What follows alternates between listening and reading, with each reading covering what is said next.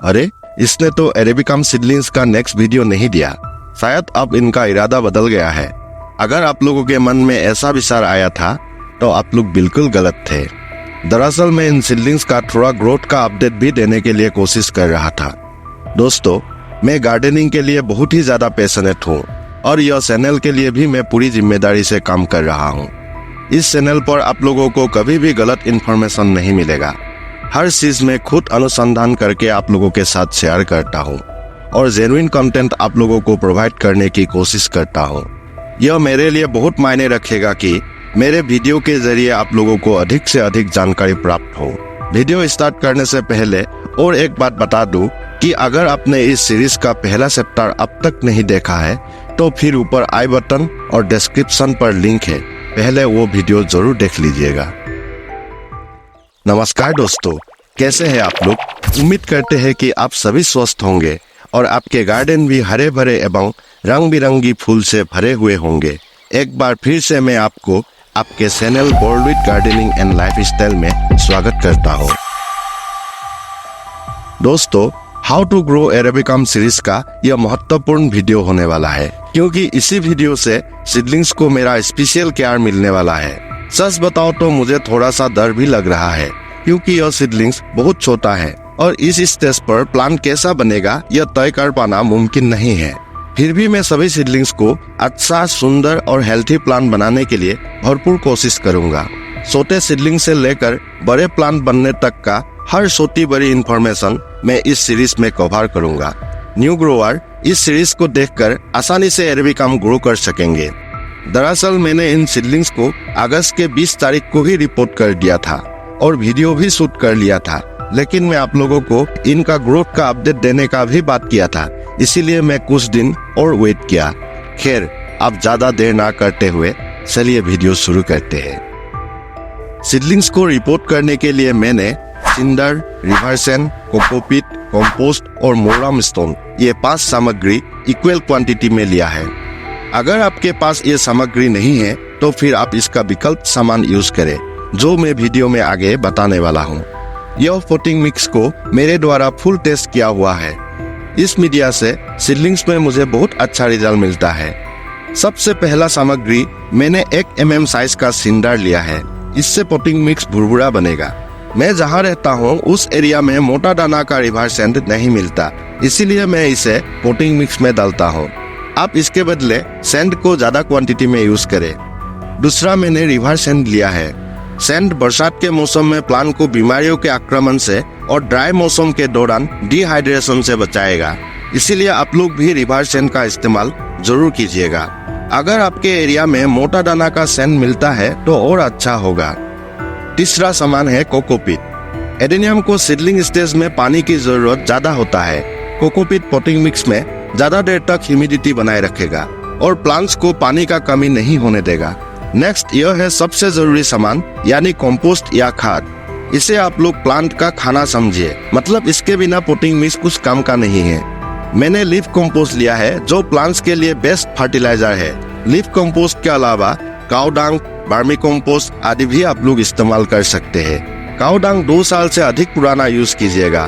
नया इस्तेमाल करने से प्लांट में फंगस लगने का डर रहता है। यह लीफ कंपोस्ट मैंने खुद बनाया है, आप भी इसे आसानी से बना सकते हैं। लीफ कंपोस्ट के ऊपर एक डिटेल वीडियो में जल्द ही आप लोगों के लिए प्रस्तुत करूंगा। और लास्ट में यह है मोरम स्टोन। यह हमारे एरिया में नहीं मिलता, मैंने इसे झारखंड से मंगाया था। इसके बदले इसी साइज का ईंट या मिट्टी का पोट का टुकड़ा या छोटे पत्थर आदि इस्तेमाल कीजिएगा। ऐसा सामान इस्तेमाल करने से मीडिया के बीच एम्प्टी कैविटी बनेगा, जो प्लांट के रूट्स को एरिएशन प्रोवाइड करेगा। अरेबिकम सीडलिंग्स को पोटिंग करने के लिए मैंने यही 5 मुख्य सामग्री लिया है। इसके साथ प्लांट को एक्स्ट्रा न्यूट्रिशन प्रोवाइड करने के लिए मैं नीम खली, बोन मिल, हॉर्न मिल और पीनट हस्क ये एडिशनल सामग्री सॉइल में मिक्स करूंगा।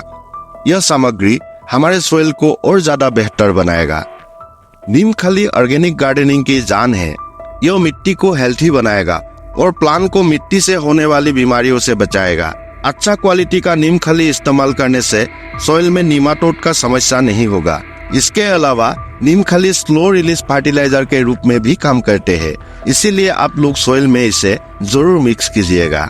नेक्स्ट है बोन मील यानी हड्डियों का चूरा। यह एडेनियम के लिए बहुत लाभदायक है। इसमें फास्फोरस होता है जो एडेनियम्स को बहुत पसंद है। इससे प्लांट में फ्लावरिंग ज्यादा होगा और कोडेक्स भी जल्दी बढ़ेगा। स्ट्रीम्ड बोन मील सबसे अच्छा होता है। बोन मील के ऑर्गेनिक विकल्प में प्रोम, रॉक फॉस्फेट या फिर केमिकल में DAP का आप लोग इस्तेमाल कर सकते हैं, लेकिन सीडलिंग स्टेज पर केमिकल फर्टिलाइजर का इस्तेमाल करने के लिए मैं नहीं कहूँगा। तीसरा एक्स्ट्रा सामग्री है हॉर्न मील। यह जानवर की सींग का सूरा है और नाइट्रोजन रिच फर्टिलाइजर है। नाइट्रोजन के अलावा ये मिट्टी में माइक्रोबियल एक्टिविटी को भी बढ़ाते हैं। अगर आपके पास यह नहीं है तो स्किप करिएगा। और लास्ट में यह है पीनट हस्क यानी मूंगफली के छिलका। इसे इस्तेमाल करने से अरेबिकम प्लांट ज्यादा हेल्थी होगा और प्लांट के स्किन भी शाइनी होगा। ये प्लांट को potassium, sodium, iron, magnesium, protein, fibre, vitamin B6 आदि आपूर्ति करेगा। यह मैं खुद तैयार करता हूँ। बाजार से मूंगफली लाकर उसके छिलकों को मिक्सी में ऐसा दरदरा पीस लेता हूँ। इसे आप लोग मेरा सीक्रेट इंग्रेडिएंट बोल सकते हैं। अगर आप इसे तैयार कर सकते हैं तो इस्तेमाल कीजिए, वरना यह भी स्किप करिएगा। अब सारी सामग्री को अच्छा से मिक्स करूंगा, लेकिन इससे पहले सबसे जरूरी चीज यानी फंगिसाइड डालना पड़ेगा। मैं 12 पॉट के हिसाब से डाल रहा हूँ। यह मैं साफ फंगिसाइड यूज कर रहा हूँ। आपके पास जो भी अच्छा सिस्टेमिक फंगिसाइड है उसे यूज कीजिएगा। मैं फंगिसाइड को पहले बोन मील के साथ मिलाऊंगा, क्योंकि बोन मील में पहले फंगस लगते हैं और ऐसा करने से फंगस का खतरा कम होगा। इसके बाद सभी एक्स्ट्रा सामग्री को अच्छा से मिलाऊंगा और बाद में एक्स्ट्रा सामग्री को मेन सामग्री के साथ मिलाऊंगा। इस तरह से सॉइल को मिक्स करने से बहुत अच्छी तरह से मिक्स हो जाते हैं। गार्डनिंग में यही छोटी छोटी बातें बड़ा प्रभाव डालते हैं। दोस्तों, मीडिया बनाने का काम ज्यादातर गार्डनर के लिए थकाने वाला होता है, लेकिन यह गार्डनिंग का सबसे जरूरी हिस्सा है। आपकी कीमती प्लांट इसी में से सभी न्यूट्रिशन लेगा, इसीलिए इसे ध्यान लगाकर अच्छा से कीजिए ताकि सभी प्रकार की न्यूट्रिएंट प्लांट को मिले। ऐसा हार्ड एंड फास्ट कोई रूल नहीं है कि आप मेरे जैसा पोटिंग मिक्स का ही यूज करें। मैंने अपना मीडिया के जरिए अरेबिकम सीडलिंग्स के लिए मीडिया कैसा होना चाहिए सिर्फ इसका आभास आप लोगों को दिया है। आपके एरिया में जो सामान अवेलेबल है उसे इस्तेमाल करके मीडिया बनाएं। अभी ज्यादा ना घबराएं, समय के साथ आपको सभी बातों का अनुभव हो जाएगा। सीडलिंग को रिपोर्ट करने के लिए मैं ये सुंदर पॉट ले रहा हूँ। इन पॉट्स का एक डिटेल वीडियो मैंने ऑलरेडी बनाया है, इसीलिए इस विषय पर और बात करके वीडियो को और लंबा करने का मन मेरा नहीं है। मैंने आई बटन और डिस्क्रिप्शन में वीडियो का लिंक दे दिया है। अगर आपने नहीं देखा है तो वो भी देख लीजिएगा। आपको एडेनियम के पॉट सिलेक्शन के बारे में बहुत चीज पता लग जाएगा। अब मैं सीडलिंग्स को रिपोर्ट करूंगा। पहले पॉट के आधे हिस्से को सॉइल मिक्स से भर लूंगा। देखिए फ्रेंड्स, पॉट के नीचे से सॉइल नहीं गिर रहा है, जबकि दूसरे पॉट्स में मुझे ड्रेनेज होल कवर करने के लिए एक्स्ट्रा कुछ रखना पड़ता था। इसमें डायरेक्ट मिक्स को डाल दिया है। अभी थोड़ा गिर रहा है, लेकिन पानी देने से सारा सेट हो जाएगा। अब सीडलिंग्स को बीच में रखकर देख लेंगे और सॉइल कम या ज्यादा है तो एडजस्ट कर लेंगे। उसके बाद सीडलिंग के एक एक रूट को अच्छी तरह से अरेंज कर लेंगे ताकि कोई भी रूट ओवरलैप न हो और इसकी रूट अच्छा शेप ले। बाद में चारों तरफ से पोटिंग मिक्स भर लेंगे। पॉट के ऊपर 1.25 इंच जगह खाली रखेंगे। इसे भी बाद में एक शीट से भरेंगे, लेकिन इससे पहले पॉट में मार्कर से आईडी लिख लेंगे। यह मार्कर ऑनलाइन पर आप लोगों को मिलेगा। यह मेड इन जर्मनी है। इसकी लिखाई धूप या बारिश में नहीं मिटेगा। बाद में जब इसकी लिखाई मिटाने की जरूरत होगा तब आप लोग एनसी थिनर का इस्तेमाल करके इसे इजीली निकाल सकते हैं। दोस्तों, ध्यान रखें, ऑर्डिनरी थिनर से यह नहीं निकलेगा। एनसी थिनर का इस्तेमाल करें जो आप लोगों को कार पेंट वाला दुकान पर मिलेगा। इसी तरह से सारी सीडलिंग्स को एक एक करके मैं पोटिंग कर लूंगा।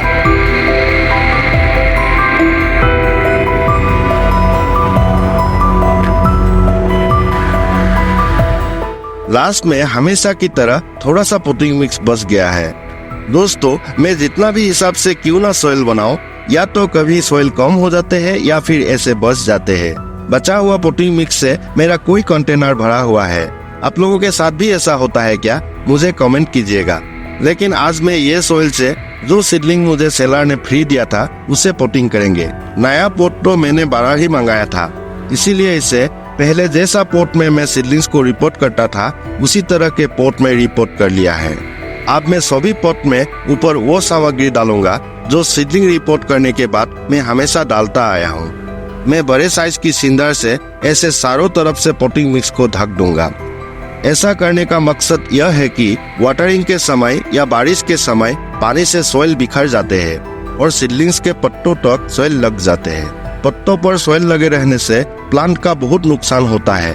इसके वजह से प्लांट में बीमारी लगते हैं, प्लांट डी-शेप हो जाते हैं और प्लांट का ग्रोथ तक रुक जाते हैं। इसीलिए खासकर सीडलिंग रिपोर्ट करने के बाद आप लोग भी ऐसा किसी चीज से सॉइल मिक्स को हमेशा ढक दीजिएगा। सिंडर के अलावा मैं कोको चिप्स, वुड चारकोल या फिर दूसरे प्लांट में सूखे पत्तों का इस्तेमाल करता हूँ, लेकिन एडेनियम्स में पत्तों का इस्तेमाल न करें क्योंकि इससे प्लांट रॉट हो सकता है। देखिए, मैंने सभी सीडलिंग्स को पूरी तरह से रेडी कर लिया है। साथ में इस एक्स्ट्रा सीडलिंग को भी सेम ट्रीटमेंट दिया है। अब पहली बार वाटरिंग करने के लिए मैं पानी में 2 चीज मिलाऊंगा। पहला चीज है ह्यूमिक पावर। इसमें ह्यूमिक एसिड, फुलविक एसिड और पोटासियम होता है। इससे हमारी सीडलिंग्स को रिपोर्टिंग का झटका कम लगेगा और सभी जल्दी से ग्रोथ पकड़ लेगा। दूसरा चीज है फंगिसाइड। वैसे मैंने पहले ही सॉइल में फंगिसाइड मिक्स किया था, लेकिन फिर भी फर्स्ट वाटरिंग के वक्त हमेशा फंगिसाइड यूज करें ताकि जो भी घाव प्लांट पर लगा है वो जल्दी से हील हो जाए और किसी तरह का खतरा न रह जाए। वाटरिंग करने के लिए हमेशा वाटरिंग कैन का ही इस्तेमाल करें। यह बेसिक चीज अगर आपके पास नहीं है तो जल्दी से एक खरीद लीजिए। रिपोर्टिंग के बाद सीडलिंग्स को ऐसी खुली जगह पर रखें जहां इसे सुबह की 2 से 3 घंटों के लिए धूप मिले। जब इनमें थोड़ा ग्रोथ दिखाई दे तब इनको जहां और देर तक धूप मिले ऐसी जगह पर कुछ दिन रखें। उसके कुछ दिन बाद और ज्यादा धूप वाली जगह पर शिफ्ट करें। ऐसे ही धीरे धीरे प्लांट्स को फुल सनलाइट वाली जगह पर प्लेस करें। इसके लिए हर प्लांट को अलग अलग समय की जरूरत होगा। लगने वाला समय आपके एरिया की क्लाइमेट और प्लांट पहले कैसा स्थान पर ग्रो हो रहा था उस पर निर्भर करेगा। लीजिए, आज 14 दिन बाद मैं अपडेट दे रहा हूँ। सीडलिंग ने अच्छी ग्रोथ पकड़ लिया है। मैंने सभी को फुल सनलाइट में रखा है। सभी में मल्टीपल ब्रांचिंग शुरू हो गया है। ये 1 नंबर वाला सीडलिंग में तो पहले से ही मल्टीपल ब्रांचेस था। देखिए कैसे बाकी सीडलिंग में भी साइड से न्यू शूट निकलना शुरू हो गया है। जल्द ही यह सीडलिंग भी पहला सीडलिंग के जैसा हो जाएगा। एक्स्ट्रा सीडलिंग भी अच्छा ग्रो हो रहा है। यह बड़े खुशी की बात है क्योंकि डोरमेंसी आने वाला है और उस टाइम पर सरवाइव करने के लिए एडेनियम्स को बहुत ताकत की जरूरत होता है। इसलिए हमें अभी इनमें और ज्यादा प्रिकॉशन लेने होंगे। दोस्तों, आज शाम का वक्त मैं फिर से वीडियो शूट कर रहा हूँ क्योंकि आज 14 दिन बाद केमिकल फंगिसाइड का असर खत्म हो गया है। इसीलिए मैं 1 चम्मच ट्राइकोडर्मा बायो फंगिसाइड पानी में घोलकर सीडलिंग्स के सॉइल को अच्छा से नहला दूंगा। ट्राइकोडर्मा एक लिविंग फंगस है। जब तक हम कोई दूसरा फंगिसाइड इस्तेमाल न करें तब तक यह मिट्टी में रहते हैं। यह मिट्टी में मौजूद हार्मफुल फंगस को खत्म कर देते हैं, लेकिन यह हमारे प्लांट्स को कुछ भी नुकसान नहीं पहुंचाते। एडेनियम्स के लिए भी ट्राइकोडर्मा बहुत फायदेमंद है। यह ऑनलाइन पर आसानी से आप लोगों को मिल जाएगा। इसे हमेशा शाम के वक्त अप्लाई करें ताकि रात भर में यह पोट के सारी मिट्टी में फैल जाए। दोस्तों, एरेबिकम के सीडलिंग्स को कम उम्र से ही ज्यादा से ज्यादा सनलाइट मिलनी चाहिए। एडेनियम प्लांट्स की ग्रोथ के लिए सनलाइट बहुत ही अच्छी होती है क्योंकि यह एडेनियम के सीडलिंग्स को ऊपर की ओर बढ़ने से रोकते हैं। सनलाइट मिलने से एरेबिकम के सीडलिंग्स मेन ब्रांच में लीफ की ग्रोथ को रोककर अपनी फोटोसिंथेसिस के लिए नई साइड ब्रांचेस जारी करने का प्रयास करेगा। इसीलिए कोई साइड ब्रांचेस के साथ न्यू शूट भी उगाएगा। यह मेन प्रिंसिपल हमेशा आप लोग याद रखना। बाकी फर्टिलाइजर वगैरह सनलाइट के बिना काम नहीं करेगा। प्लांट कॉम्पैक्ट होने के बजाय लंबा हो जाएगा और लंबा होने पर फिर से कॉम्पैक्ट नहीं बनेगा। लेकिन ज्यादा तेज धूप वाले महीनों में प्लांट्स को ग्रीन नेट के नीचे रखने का प्रयास करें। हमारे यहाँ धूप का तेज किरण प्लांट के स्किन को जला देते हैं, क्योंकि इन प्लांट्स को हमारे यहाँ के पर्यावरण की आदत नहीं है। इसीलिए इसे शुरुआती स्टेज पर ज्यादा केयर की जरूरत होता है। बड़े होने पर ये अपने आप हमारे पर्यावरण में खुद को एडजस्ट कर लेगा। अरेबिकम सीडलिंग्स को रिपोर्टिंग से लेकर केयर करने तक सभी बातें आप लोगों को इस वीडियो के जरिए मैंने बारीकी से समझाने की कोशिश किया। इन सीडलिंग्स का हर अपडेट आप लोगों को यह सीरीज के आने वाले वीडियो में मिलता रहेगा। दोस्तों, आप लोगों को मेरा वीडियो कैसा लगता है कमेंट के जरिए मुझे बताइएगा। अगर इस वीडियो में अभी भी आप लोगों को कुछ डाउट रह गया तो वो भी जरूर बताइएगा, या फिर मुझे वीडियो प्रेजेंटेशन करने का तरीका में कुछ सुधार करना है तो वो भी मुझसे शेयर कीजिएगा। मैं आने वाले दिनों में आप लोगों के अनुसार वीडियो प्रस्तुत करने के लिए पूरी कोशिश करूंगा। हमेशा की तरह आप लोग स्वस्थ रहे, खुश रहे, मुस्कुराते रहे, पॉजिटिव रहे और अपने गार्डन में ढेर सारा पेड़ पौधा लगाते रहे। नेक्स्ट वीडियो में फिर से मुलाकात होगा, ये उम्मीद करते हुए अपने गार्डन से मैं आप लोगों से विदा लेता हूँ। धन्यवाद।